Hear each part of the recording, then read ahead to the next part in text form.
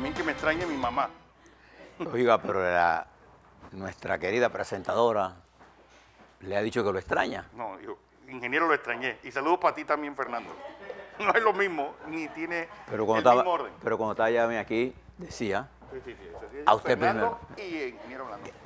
mire a nuestra presentadora de lo que se privaron a este país, de tener nuestra juventud talentosa con ustedes.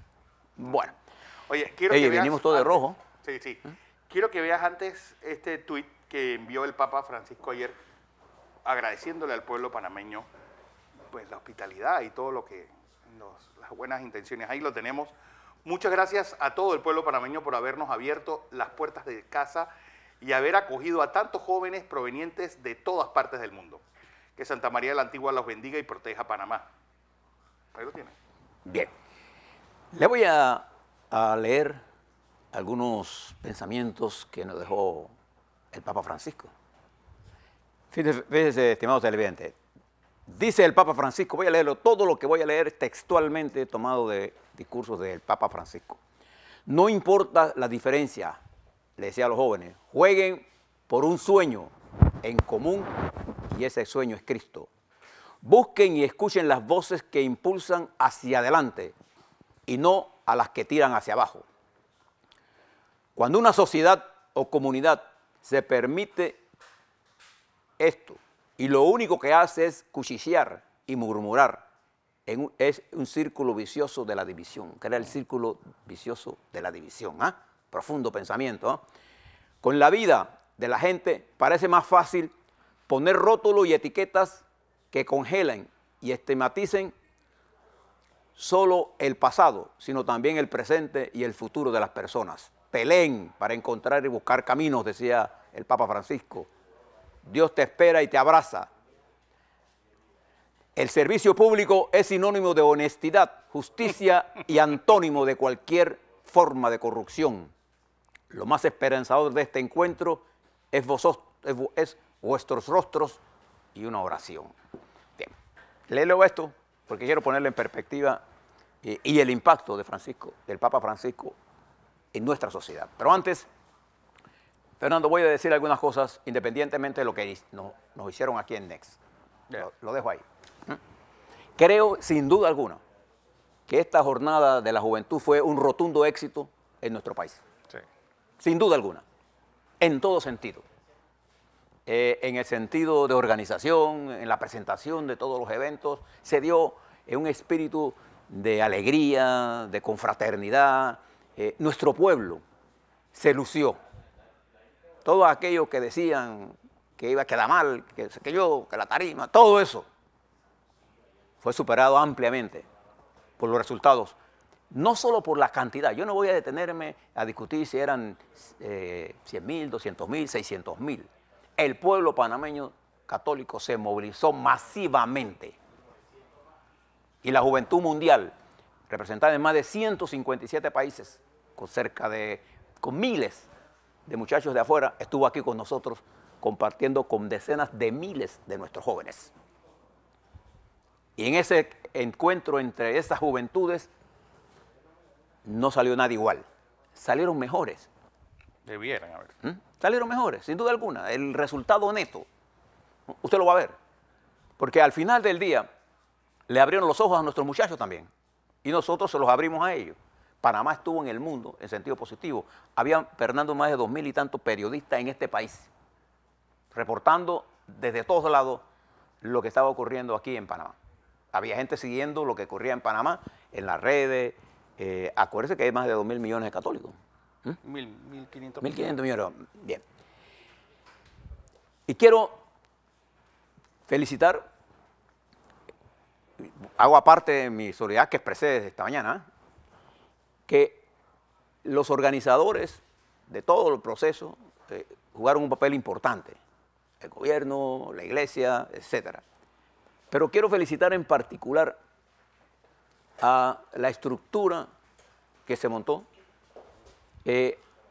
a todo el cuerpo de seguridad de Panamá y la Policía Nacional, que aquellos que pensaban que esto iba a ser un caos, sí, hubo problemas de tránsito, pero un caos bastante ordenado. Los trabajadores de aseo hicieron el trabajo y la ciudad quedó limpia. Los trabajadores del metro, 1 y 2, Fernando, que movilizaron cerca de 480.000 ciudadanos por día. Y quiero especialmente enviarle mis felicitaciones a los trabajadores de la empresa constructora Odebrecht y FCC, que en la línea 2 del metro hicieron todo su esfuerzo para mantener 5 estaciones, 4 y media, porque San Miguelito no estaba todavía disponible. Cómo la gente de esa área disfrutó el metro 2, que queda suspendido a partir de hoy, la noche. Hoy a las 11 de la noche. Ya. ¿Por qué? Porque se tiene que terminar. Creo que esos trabajadores, nuestros ingenieros que están allí, nuestros trabajadores, hicieron un gran trabajo. La gente del metro y Metrobús hicieron un gran esfuerzo. El trabajo de la alcaldía de Panamá al brindarle a todos los peregrinos nuevos espacios, porque la ciudad tuvo la capacidad por los nuevos espacios que están creados, los parques, lo que se ha hecho en materia de vialidad, en fin. Creo que los panameños debemos sentirnos satisfechos porque hay 3 eventos mundiales, de categoría mundial. 1, las Olimpiadas. 2, el Mundial de Fútbol. Y la JMJ. Nosotros, un país pequeño, participó en uno de esos eventos mundiales y tuvimos la capacidad de hacerlo.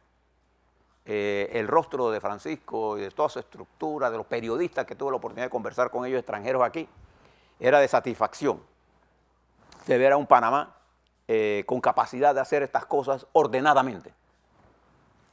Bien. No voy a entrar en la discusión de si eran 100.000, 200.000, me parece una discusión tonta. Quiero ir al punto del problema focal que planteó el Papa Francisco. Fíjese que el Papa Francisco, a los diferentes estamentos de la sociedad que le habló, al gobierno, en la reunión que se hizo ahí en el Ministerio de Relaciones Exteriores, en 10 minutos de discurso, expresó con claridad lo que él define como un funcionario público. Y ahí fue donde hizo el primer planteamiento a favor de nuestro país. Panamá, más que un hub de comercio, es un hub de esperanza. Eso es una frase de extraordinario valor espiritual. Y ahí comenzó a establecer la diferencia entre lo material y lo espiritual. Pero donde Francisco fue muy crítico fue cuando se reunió con sus obispos de Centroamérica y les dijo a ellos que él quería que sus obispos fueran como el monseñor hoy santo Óscar Romero. Y le explicaba el viernes yo a ustedes que Óscar Romero no era un evangélico de la teología de la liberación. Era un monseñor que amaba a su pueblo, que estaba entregado a su pueblo, un hombre de paz que le atormentó siempre la brutal represión a la que fue sometido su pueblo y que siempre tenía una especie de complicidad de clase con los pobres. Y Francisco le dijo a sus obispos que esta era la iglesia que él quería, porque él notaba que había un distanciamiento entre los dirigentes de su iglesia, de los partidos políticos, del sector empresarial, al que dijo con claridad: si ustedes se preocupan por la competencia y por la competitividad y se olvidan de la distribución de la riqueza, no estamos haciendo nada. El pensamiento teológico, social de Francisco es que tiene que haber una sociedad de mucho más compromiso con los pobres, de mucho más cohesión social, de mucha más participación de los jóvenes. Y cuando hace su primera reunión con los jóvenes, los invita a participar activamente, sin miedo, a salir de la comodidad de estar tuiteando, además haciendo uso de su conocimiento del lenguaje de los jóvenes, de las nubes, del tweet, de las comunicaciones, para de esa comodidad. No, y dice, ustedes conviértanse en referentes, en promotores del Evangelio, pero lo dijo pues usando lenguaje pues tecnológico y usando el lenguaje de hoy día. Es decir, Sí. él dejó claro que las redes sociales, más que ser un enemigo por su banalidad por esa superficialidad con que se tratan, se use como herramienta y como un aliado de la promoción de la fe y de la promoción de Dios. En términos conceptuales, el Papa Francisco impulsa la paz, la convivencia, la coexistencia. Una de las reuniones más importantes con impacto global, mundial, fue la reunión de él con las diferentes iglesias en Panamá. Esa reunión que él hizo aquí es imposible de hacer en otros lugares del mundo. Y ese fue uno de sus objetivos en esa reunión. En las diferentes homilías que dio, en los diferentes discursos que dio, la constante siempre fue que se produzca un reencuentro real entre los que dirigen y los que son dirigidos, pero que los que son dirigidos hagan la historia a partir de ahora, refiriéndose a que los jóvenes lo hemos alejado. Y habló de los 4 sin trabajo, sin educación, sin familia, sin comunidad. Un joven está sin esperanzas.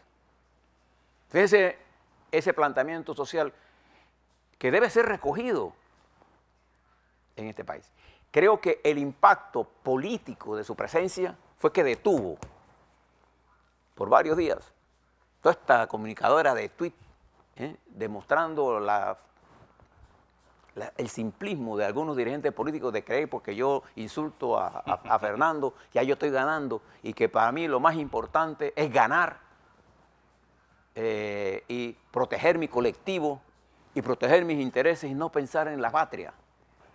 Creo que el mensaje que dio Francisco y el despertar que produce en ese voto joven, yo creo que ustedes se perdieron a Guadalupe, que ha hecho muchos estudios sobre este voto joven. Es más, ella tiene un programa aquí sobre el voto joven.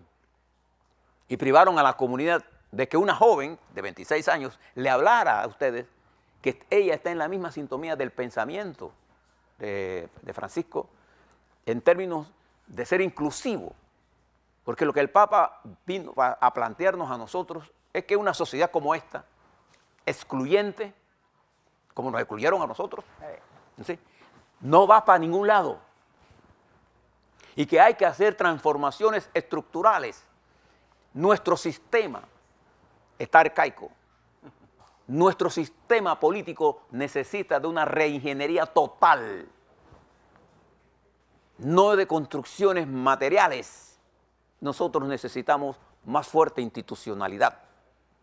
Nosotros necesitamos una asamblea fuerte, pero pequeña, que no tenga tanto gasto, un órgano judicial efectivo, un órgano ejecutivo que no sea un reinado, un rey. Necesitamos que nuestra juventud, nuestros hombres y mujeres, jóvenes y viejos, se incorporen.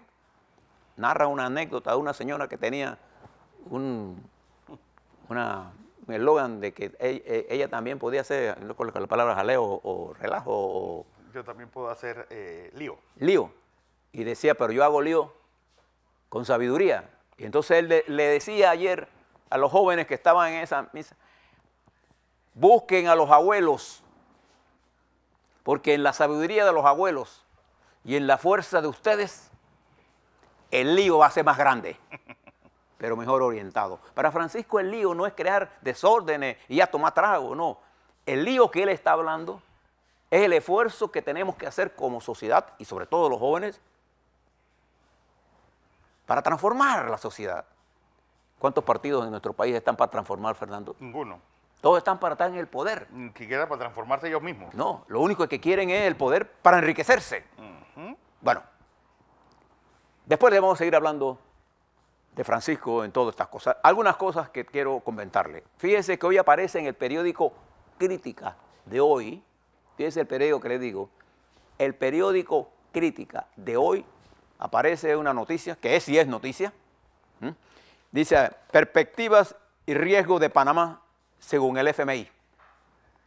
El periódico Crítica de hoy señala que el crecimiento del país, según el FMI, para el año 18 fue de 4,3, ese es su estimado, ¿no? Ese es su estimado. Y que para el año 19 será de 6,3, pero que Panamá tiene una serie de riesgos. Y uno de esos riesgos está en lo que está pasando en la Asamblea ahora mismo, con respecto a la ley de la creación de la institución tributaria y de qué vamos a hacer en la legislación que tiene que ver con la declaración de la defraudación fiscal como delito. Son dos cosas importantes y urgentes que tiene que ver la Asamblea hoy. ¿Esto es donde aparece? En Crítica. Pero además hay otra noticia política. El fiscal electoral, Peñalosa, le manda una comunicación a los magistrados del Tribunal Electoral en donde pide la impugnación de la candidatura presidencial de Marco Ameglio sobre una supuesta aumento de los costos más allá del tope por los números de personas que resultaron legalmente inscritos. ¿Cuál va a ser de esa demanda? No sé, pero es una noticia que va a estar en el escenario y veremos la respuesta de los abogados del candidato Ameglio, que ya los abogados dicen que no tiene ni pie ni cabeza, pero esperemos los resultados. Él va a estar hoy con nosotros. Bien. Y por otro lado, hoy aparece en primera plana de la prensa una noticia tomada del periódico El Mundo, que el periodista, creo que es el subdirector Rolando Rodríguez, el que dice, cada vez que él escribe eso, es porque hay algo detrás. Que es Rolando López el que le inspira. ¿Qué dice él? Que el periódico El Mundo, usted que es casi español, es el periódico de gran prestigio. Bueno, yo le quiero decir a Rolando y a los panameños que el periódico El Mundo ha sido condenado varias veces en España por el uso de información falsa. En el caso, por ejemplo, en el gobierno de José Luis Zapatero, además es... en el caso de José María Aznar y sobre todo de Felipe González. Se montó en una campaña porque ellos querían desplazar, este es un periódico de derecha, que quiere desplazar al ABC como periódico. Y una de sus características es usar la teoría de la conspiración como elemento informativo sin presentar pruebas. Punto. Entonces yo siempre le he dicho a ustedes que cuando una información en los medios sale, usted le quita el prejuicio y puede usar la información. ¿Cuál es el prejuicio de esa información? Atacar al magistrado Aiden Ortega nuevamente. Y uno se pregunta, ¿y este ataque al magistrado Aiden Ortega a qué se debe? ¿Qué importancia tiene? Bueno, que el 4 de febrero, dentro de una semana, el próximo martes, los magistrados del Tribunal de Juicio tienen que observar, ¿no sé? ¿Qué decisión toman sobre las peticiones y recursos que los abogados de Ricardo Martínez le van a poner?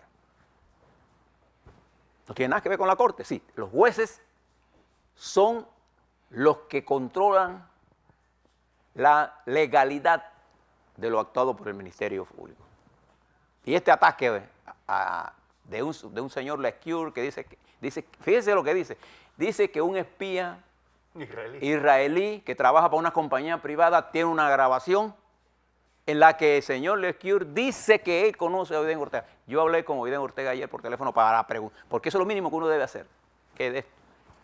No existe ninguna relación entre el señor Lescure y Aiden Ortega Durán. Lo único que existe es un interés de meterle miedo a los jueces. Ojo, esto se fue Francisco ayer y mire lo que estamos viendo hoy.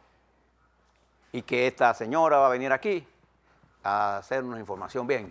Mañana le tengo más información sobre todo esto. Pero quiero señalar que esto es lo que Francisco llamaba los chismes. Los chismes están dirigidos a dividir la sociedad. Y quiero llamar la atención que sin consultar debidamente, y ahora van a poner por ahí, sí, nosotros llamamos, sí, te llaman, tú primero tienes que investigar. Esto no es, esto que usted vio eso no es periodismo. Eso se llama linchamiento, ¿no? Y lo entendí así. Es más, cuando yo lo leí, no le presté atención hasta que vi que se estaba circulando. Y me di cuenta que lo iban a publicar hoy. Me di cuenta entonces ya, al leerlo, me di cuenta de lo que querían. Para mí, si usted lee el artículo, se da cuenta. Y le pone periodismo investigativo. O sea, así se llaman. Si eso es investigación, entonces estamos mal.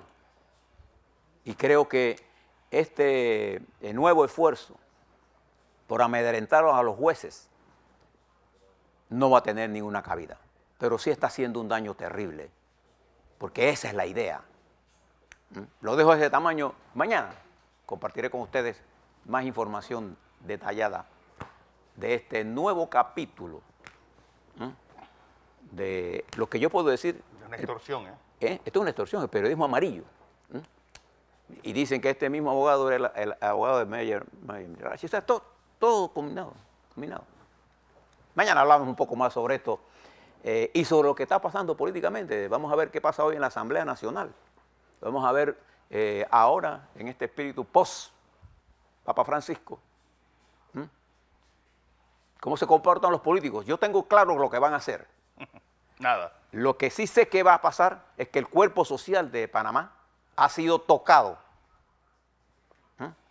Y aquellos que se equivocan y que se creen que este juego se acabó porque ya nosotros somos el poder, se van a llevar una gran sorpresa.